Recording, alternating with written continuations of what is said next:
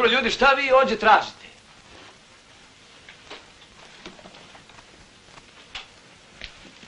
Gojko, šta je ovo?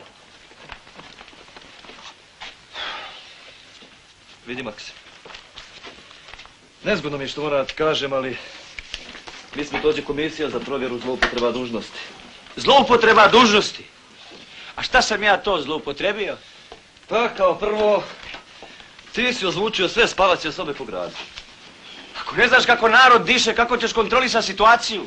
Čovječe, ti si ozvučio sobu i sekretara gradskog komiteta.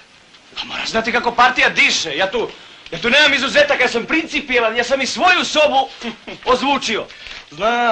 Znam ja. Ti u kući onako nikad ne spavaš. Nocivaš sa ženama svojih hapšenika, znam ja gdje ti spavaš. Ja! Ti.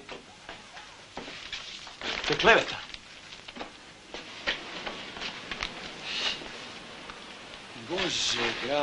Bože dragi, šta se učinje od onolikoga rada, od onoliko budnosti. Vrijeme je da se malo odmorimo od tvoje budnosti, Maksim. A i ti, da si drugčije radio, ne bi do ovoga ni došlo. Ja jesam grižio, druže, načelniče. Griješio. A ja nijesam smio sve da vi kažem. Nisi smio sve da mi kažeš? Ti si krio nešto? Ne, nego... Ti si krio nešto? Dobro. Miško! Pusti film, Miško! Film? Da.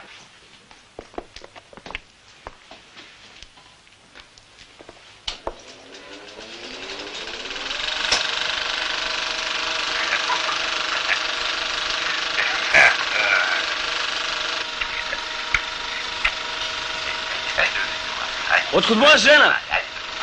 Uzmi ga. Tako je. Šapni mu nešto. Hajde šapni mu. Zaustavi to.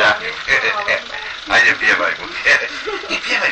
Čujete li vi? O, meni su grane, lice na moru špi, venjari dok mi su